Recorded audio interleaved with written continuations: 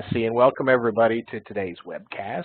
Appreciate you spending a little bit of time with us whether it's this afternoon or this morning, not sure where you are throughout the country, but your time is very much appreciated. I think you'll find this a very interesting webcast, covering some really cool stuff, some really cool technology. Again, I'm Carl Smith with the Manufacturing Technical Services and Professional Services team. Joining us is my colleague Ed Gillman, who is a specialist with finite element analysis, as well as CAM, as well as, probably rocket scientists, everything else. So we'll welcome Ed with us too. Just a little bit about us before we get things kicked off is if you're not familiar with IMAGINiT and who we are certainly one of the industry leaders in expertise and services around design management, design software and its management.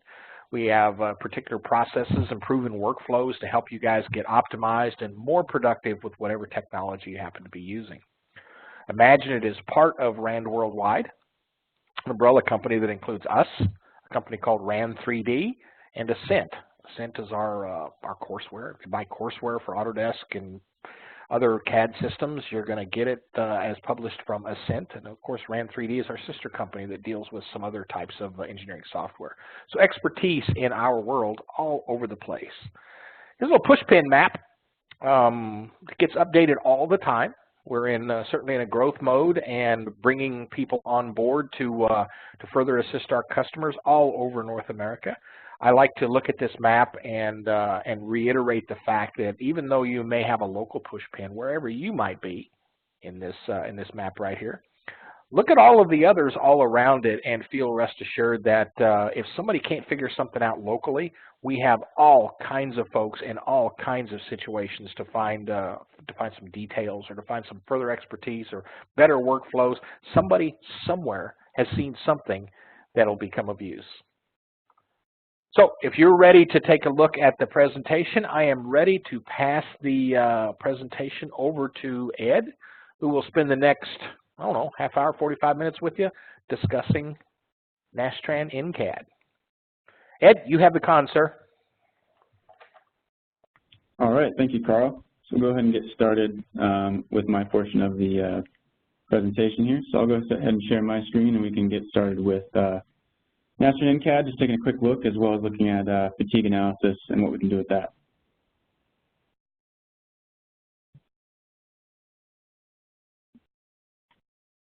All right, so I'm going to be talking about Nastran In-CAD, and I'm focusing on the 2019 version. So if you're using an older version, some of this may be new to you, or you might not have seen it before. And so we'll go ahead and get started.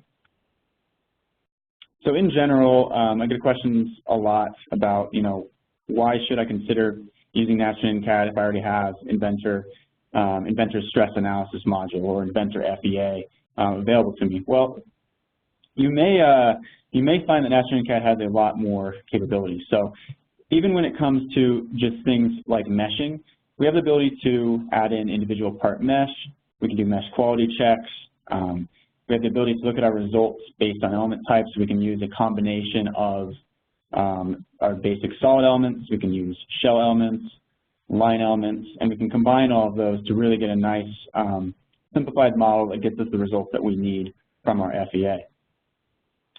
We also have the ability to now, basically since 2017, now with Nastran In-CAD, you can access the solver separately from Nastran In-CAD. So if you want to work directly in the Nastran solver or make changes in the background, you can do that. So you have a lot more control over the solver itself than you would with any other software.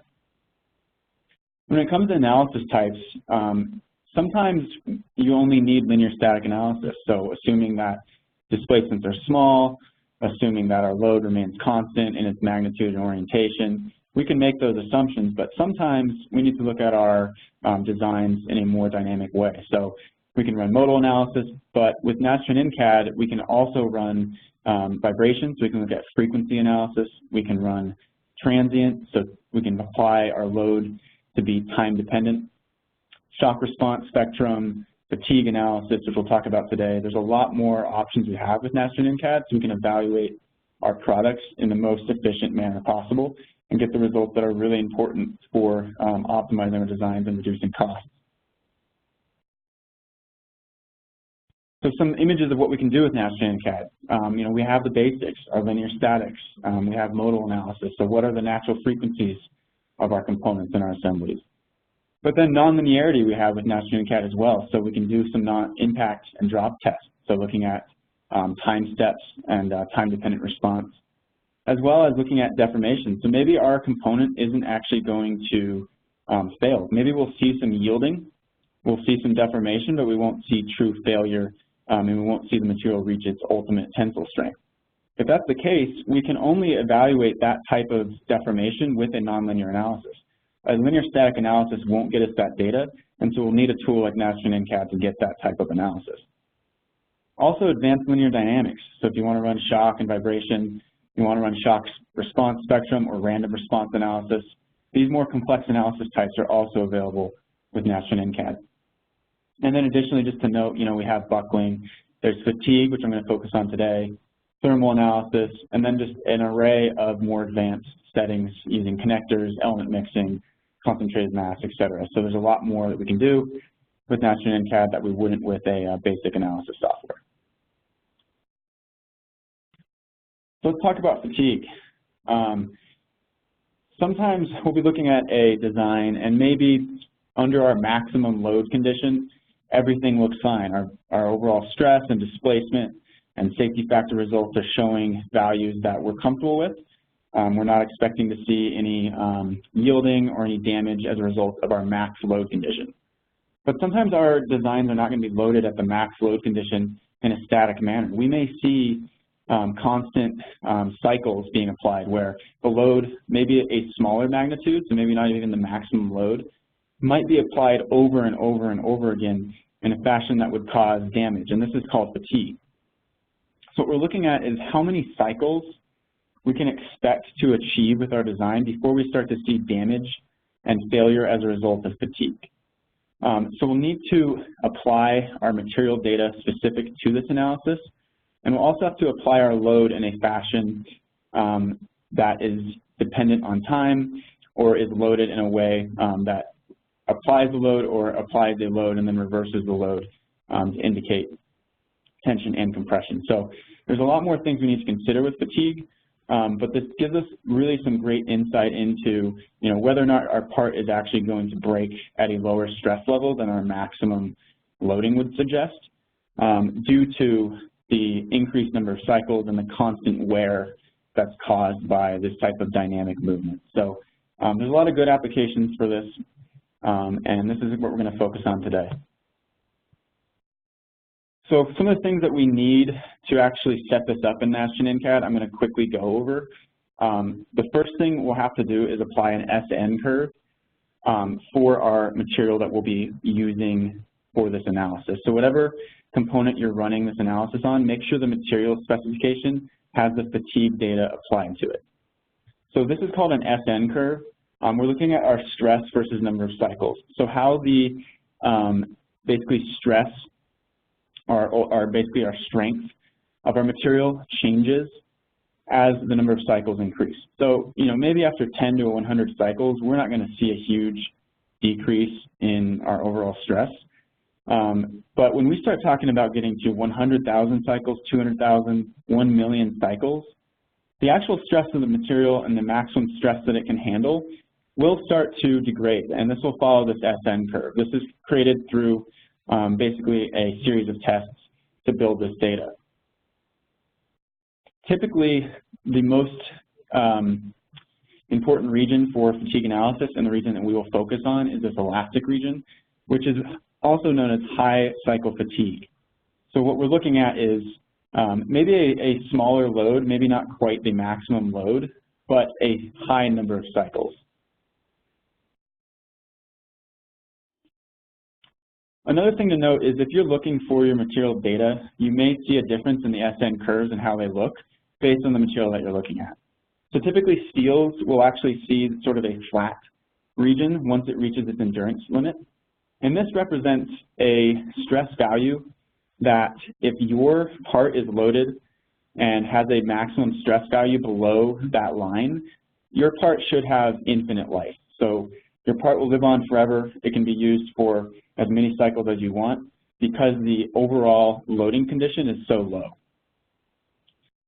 But if you're seeing a higher stress being applied constantly over and over again during these cycles, and you're above that line, that's where you start to see damage as a result of fatigue. Materials like aluminum, you won't see a flat section after that endurance limit. It sort of just starts to flatten out at a gradual rate. So you'll sort of see this constant curve with an aluminum, whereas a steel, you'll have this abrupt switch from the curve having sort of a slope to it to being almost flat. So keep in mind, SN curves may be different for each material. Another thing that we'll need to define, and this will affect which SN curve we use and the way that we apply our data, is this stress ratio. So this will be defined as R. If we're going to be applying our load in one direction and then removing it, so this would be considered unidirectional stress or unidirectional bending, our R value will equal 0. So we'll look at the curve, the SN curve that was created under this load condition. If we're going to be applying the load in a way that would sort of rock back and forth or apply two-directional loading where we'll see tension and then compression, so load will be applied in one direction and back the other, the ratio of the minimum stress to the maximum stress applied will equal 1. And so in this case, we'd be applying basically what's called a fully reversed condition. So depending on what type of loading we're expecting on our part, we'll want to select the SN curve that matches the stress ratio that we're going to be loading it with. Another thing we'll see within Nastran In-CAD is this B and B sub E value. These values represent the slope of the SN curve. So we'll need to calculate this for Nastran In-CAD. And so typically, these values aren't just out there. You can't just Google what is the B value for aluminum 6061. You probably won't get good results.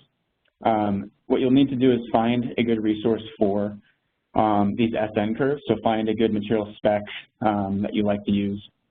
Maybe the same material spec that you use for your nonlinear data curves. You can probably use the same one for your fatigue curves. So find some good references, and then you'll just need to calculate your B from the values that you're using. So figure out which curve you'd like to use with the stress ratio. So if it's 0 or 1 or 0.5, select that curve, and then you can calculate your slope just by taking the log of your max stress minus the log of your min stress, and then the log of your highest number of cycles minus the log of your lowest number of cycles. This will give you an approximate B value, so you're sort of just approximating the slope of that line, and that's how Nastran In-CAD will interpret this SN data. So gather some data points, calculate your B value. You can do the same for BE, which is basically the slope after the endurance limit. For steel, you can put in a value as close to 0 as possible. It just can't be 0. So now that we've kind of gone through how we get this data, what do we actually need to do to set up an analysis or a fatigue analysis in Nastran In-CAD? So it's 4 steps is the way that I break it down. So first things first, change your analysis type to multi-axial fatigue. Pretty straightforward. You can also do vibrational fatigue, which I'm not going to talk about today, but the option is there to do vibrational fatigue as well. Second step is just going to be defining our SN curve. So we'll take the SN data that we've gathered, the B values, all of that data we'll input in to our material spec. So we'll actually edit the material in Nastran In-CAD and then define the SN curve for that material. The nice thing is then this will be saved with that material, so if we need to use this in a different analysis, we can pull that same material and it'll have that SN curve defined already.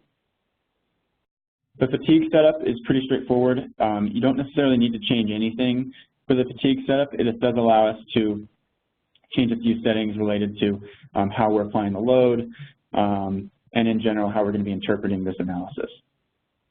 Another thing that's really important is our force. So the way that we apply our load, whether it's a load or a pressure or a moment, we'll need to apply a load time history table. So for each load, we'll need to apply it in a way that matches our stress ratio. So is it going to be applied where it's loaded and then unloaded, or will it be loaded in tension and loaded in compression as well? So we'll need to apply a load time history table that matches the stress ratio that we're going to be using. So today I'm going to do a quick little study on a real-life design that I think everyone has seen before. If you've ridden a bike, you've seen one of these. So a bicycle crank arm is just the way that the load from our foot as we push on the pedal is applied to the crank that drives the gear and the chain. So in this type of design, if we were just to look at this with a maximum linear static load, so maybe our max load condition, if we were just standing on it, that may not really be sufficient. You know, we want to know, well, this thing is going to be constantly loaded over and over again as someone goes on a bike ride. And so it's really a dynamic environment that will require some level of fatigue analysis. So the things we're trying to gather here is, are we going to be seeing a significant amount of fatigue damage? So at what number of cycles will we see fatigue occur? And where can we expect to see some damage or failure? And then we can sort of take that data for cycles and determine, well, how many miles or how many cycles can I expect my actual crank arm to last for before I see any sort of damage or potential failure. And from that, we can then decide, well, is this okay? Do we meet our design criteria? Or do we need to go back and make some design changes to improve the overall life of our design? So some basic assumptions that I've made. I kind of built this CAD model of a simple crank arm and pedal. We're going to be doing this with aluminum 6061 T6, pretty basic aluminum that is typically used for these types of designs. Obviously, if you have a really expensive bike, this could be something that is either a lighter grade aluminum, potentially even some carbon fiber components, but we'll be looking at aluminum. I'm going to be excluding the pedal from the analysis. I'm going to be applying the load with some rigid body connectors. The reason I'm doing this is just because I'm not designing the pedal. The pedal could be a variety of things. It could be a pedal. It could also be a clip or a clip type shoe. I'm not a pedal designer. I'm designing this crank arm, so I'm focusing my attention on the crank arm and looking at the load being applied to that specifically. I will be applying the load at the center of the pedal, so I'm offsetting that load and where it's being applied to the center of the pedal. This will sort of take into account some of the bending that will occur and twisting as a result of where that load is being applied on the arm. Also, my stress ratio, I'm going to be just applying it in one direction and then unloading it. This is assuming as the pedal comes around the other side that most of my load will be transferred to the other foot as I'm going up a hill. There may be some compression depending on how this is set up, but in this case I'm assuming my stress ratio is 0 and I'm applying my load in one direction and then unloading it to 0. So look at results in a moment. I want to go ahead and jump into Nastran In-CAD so that you can see what the setup looks like and some of those things I need to change. So remember, there's 4 steps to this. So I simplified the model. I basically just excluded that pedal there. It shows in transparent. This shows that it's in my assembly, but I've excluded it from my Nastran study. I've applied a mesh, pretty small size mesh. I've also added in some mesh controls around the location of the load as well as near where I'm going to be fixing my crank arm to the crank assembly. So this will help to get a better stress distribution and more accurate results in the areas where I expect to see an increase in stress. So for my study type, if I go ahead and look at this, there's all these different types that Nastran In-CAD has available.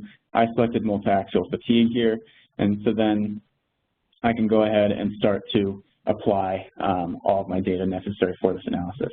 The nice thing about fatigue is that it runs a linear static analysis as well. So my results will actually give me fatigue results, but also my linear static analysis results. So I get both with the same analysis. So I'm applying my load here. I'm representing it with really just about 100 pound force. So I'm taking basically about half of the load that I would expect from an average size rider to be applying to this. Obviously, some of the load will be taken by the seat of the bike as well as the opposite pedal and some of the other materials involved in that. So I'm expecting about 100 pound force being applied from the center point of the pedal to this other side of my crank arm. I fixed it with rigid body connectors. This just allows me to transfer my load from here to there with a rigid element, assuming that I have this pedal matched up with that hole and bonded with a weld or with a screw to the bore of that hole. So I'm going to be applying this load. I will need to go ahead and set up my fatigue analysis with those things. So first things first, we'll go to my aluminum material and we'll edit. In here, I'm just going to go and leave all my values as they are, but I will change this fatigue. So under analysis, specific data, I'll go to fatigue. And in here is where I can enter in my SN data. So I take the SN data from the curve I showed earlier. So I pulled this from a mil-spec handbook that I use for my materials. I gather my data. I'll input in my ultimate, so basically where the stress value intercepts on that curve, the number of cycles where it intercepts, and then also the endurance limit, so what stress value occurs at that endurance limit. So for aluminum, I'm going to actually have the same B value, so the same slope of the line before and after the endurance limit is reached, because I'm assuming there's not going to be a huge change. I'm looking at that curve with all of these different curves for this aluminum material. The actual slope of the line doesn't change significantly after it reaches the endurance limit, as opposed to about a steel material, you may see sort of a flat line after you hit that, but in this case, I'm going to be fine using the same slopes before and after. So enter in your SN data. This is going to be best for high cycle fatigue, and that's what I'm looking at today. So I'll apply my SN data to my material specifically. Then I'll go to my fatigue setup. In here, I haven't changed any values. You'll notice the approach here is stress life or strain life. Strain life represents that EN data. Strain life is effective if you're looking at low cycle fatigue, so a really large load where you're expecting to see fatigue with a fewer number of cycles. In this case, I'm looking at, and I'm most concerned with high cycle fatigue, so once I get over about 200,000 cycles. The method by default will be von Mises, so it's using von Mises to calculate sort of the stress versus cycles, and that should line up with the curve that you select. So the curve I selected uses von Mises stress versus cycles. So the method should match the curve that you select. You can also use principal or shear if you're looking at compression or shear and fatigue in that, using that method. So depending on the curve that you select, you may use one of these other methods, but typically von Mises is the most common. There's some other values here, such as threshold. So this is a percentage of amplitude threshold. I'm not going to change anything there. My event duration, if I will be applying an event that lasts a certain amount of time, so maybe the actual load isn't applied without time dependency, maybe it's applied slowly over 5 seconds or something, I can enter in an event duration, and it'll use that value for the overall cycle time. And then a time conversion factor, if I'm converting my event duration to any units besides seconds, I can add in a conversion factor there as well. Typically for a study like this, I'm not going to be using any type of event duration. I'm just going to assume a load will be applied and taken away sort of in a non-time dependent manner. So for my load, I will want to make sure that I apply this to match the stress ratio. So if I edit my load here, I have that 100 pound force load applied in the negative X direction here, so down onto that point. You'll notice this table for fatigue that shows up below my load. This is the load history table data. So if you go ahead and click this icon here, you can create a new table. So if I look at the table that I created, I'm doing this without any time dependency. So this is a dimensionless application. So I'm just going to be applying, basically showing how the load will be applied and taken away.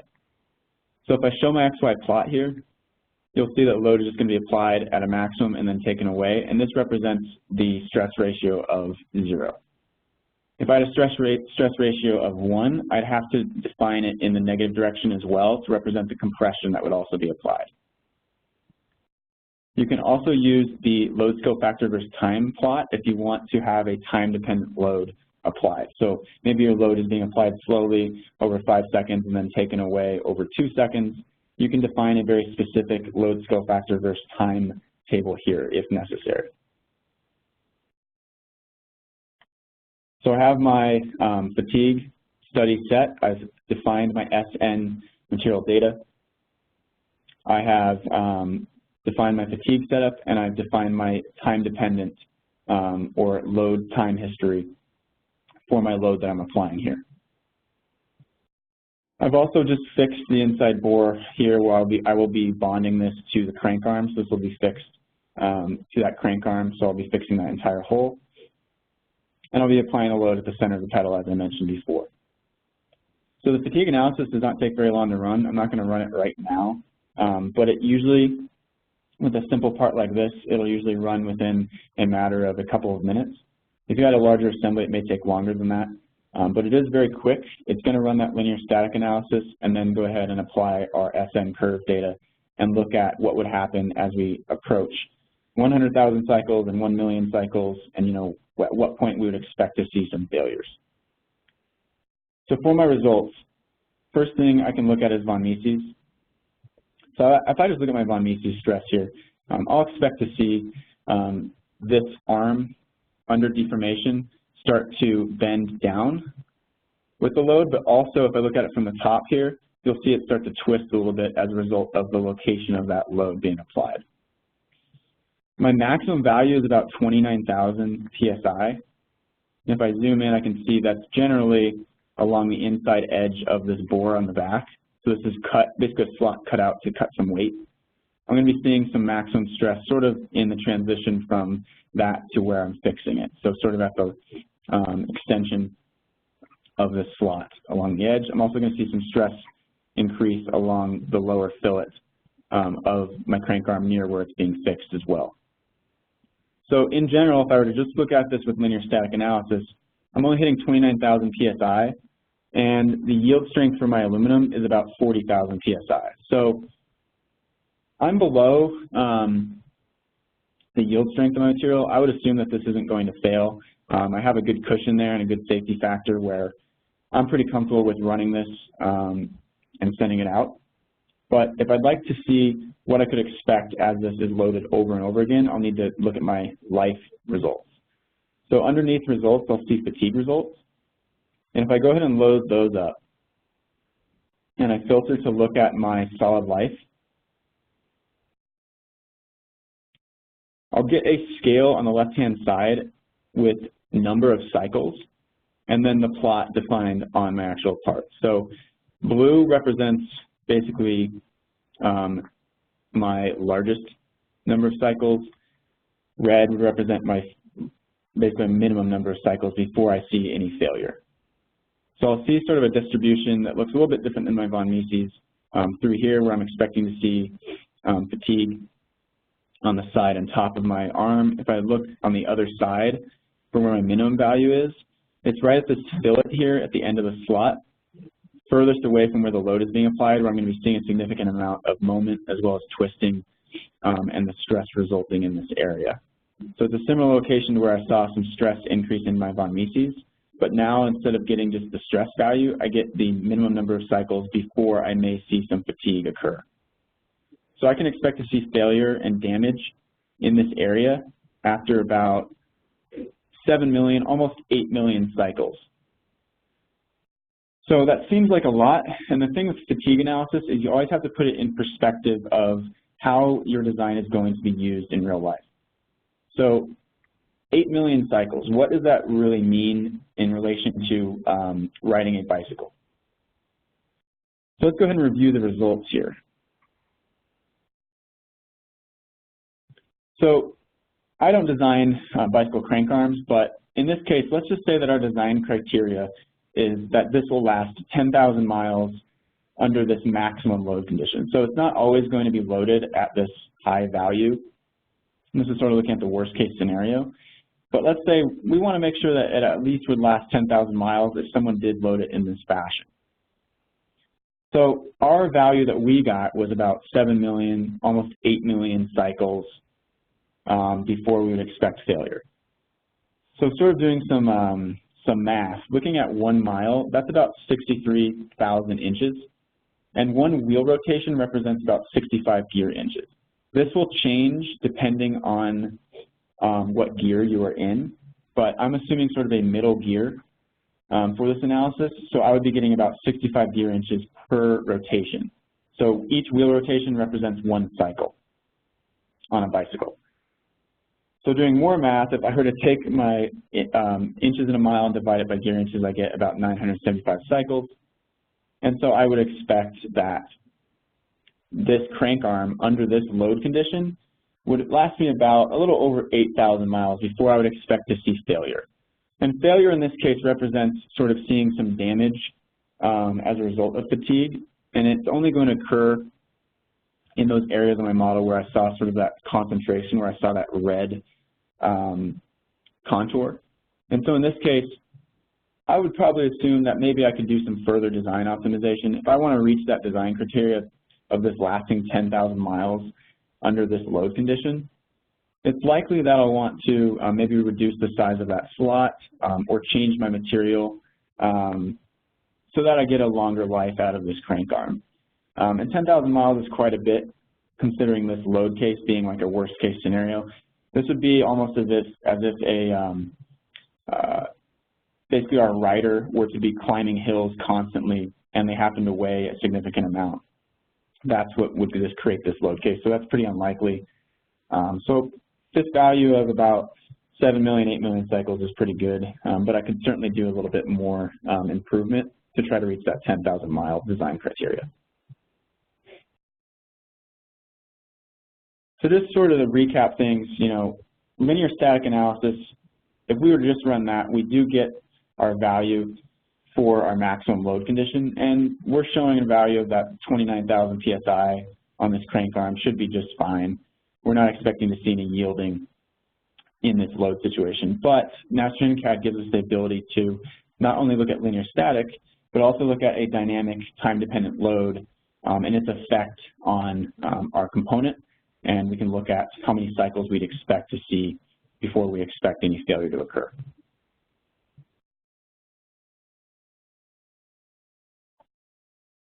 So that's pretty much going to wrap up everything I wanted to talk to you about on fatigue.